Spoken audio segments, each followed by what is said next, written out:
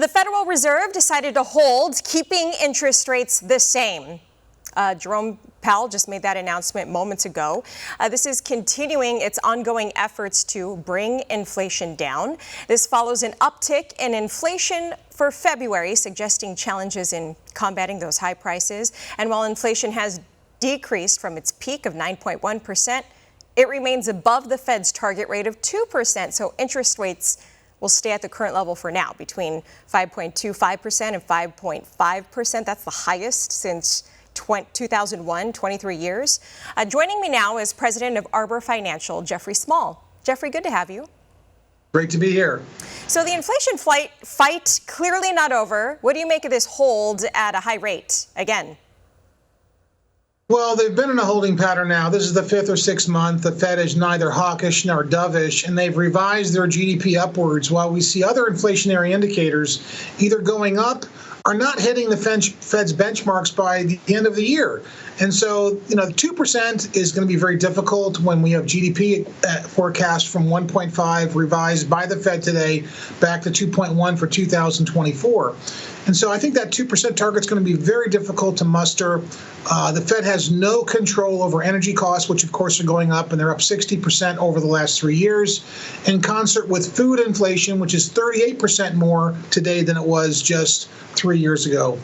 Oh. And so that's a problem. I don't know. I don't see inflation going below 2.5% this year, which means the Fed would not cut rates. Okay, so the fight continues, but have interest rates peaked, do you think, or could we see it go higher?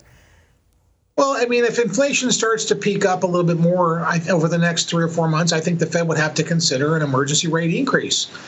They probably made a mistake, to be honest with you, and they should have raised rates another 100 basis points to try and slow down the economy. But as they try to maintain the business cycle in an election year and placate all parties involved while not hurting the consumer again is the sacrificial lamb in this situation where they're the ones really paying the price and spending a lot less when the average household has around $12,000 a year less in purchasing power than they did just 3 years ago.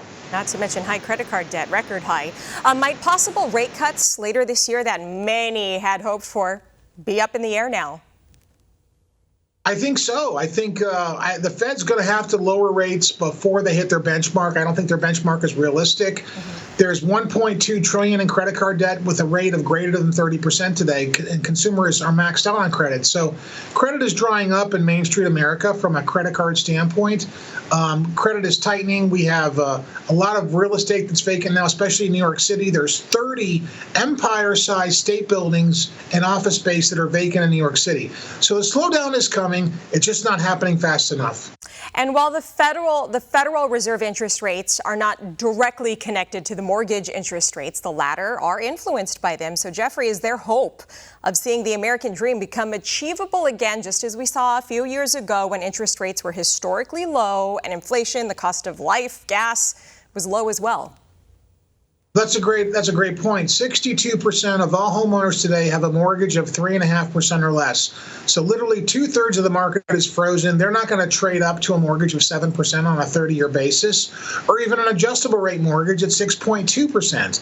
The payments just double. And so real estate essentially is frozen. We have the lowest amount of listings in history because of the present state of interest rates. The people that get hurt the worst, though, are the new home buyers. The first-time home buyers are the ones that are literally priced out of the market due to real estate being priced to perfection and rates being at their highest point, as you said, in 22 years. So might that American dream be a thing of the past? I think the American dream is fleeting. I was just thinking about this today as I went to Fresh Market and grabbed something to lunch. I often wonder about how the average American can achieve the American dream and how the younger generations are facing the new economic metrics. Everything costs so much more. My generation was the last generation that could buy a house right out of high school and didn't have to have a double income to do it, a husband and a wife to do it. Today, kids really have to have help and assistance from their parents and have creative financing to purchase a house because it's just too expensive. Ugh, ain't that the truth? Jeffrey Small, Arbor Financial, thanks for your time today. Appreciate it. Thank you. Of course. For all our viewers asking where One America News is heading in the future, we would like to introduce you to OAN Live. OAN Live is the best way to stay up to date on all of the hard-hitting, straight-shooting, national and international headlines. And the best part is, OAN Live is only $4.99 per month. All the credible, honest, unbiased reporting One America News offers at a fraction of the cost of cable. Just go to OANN.com to easily sign up for OAN Live and stay informed.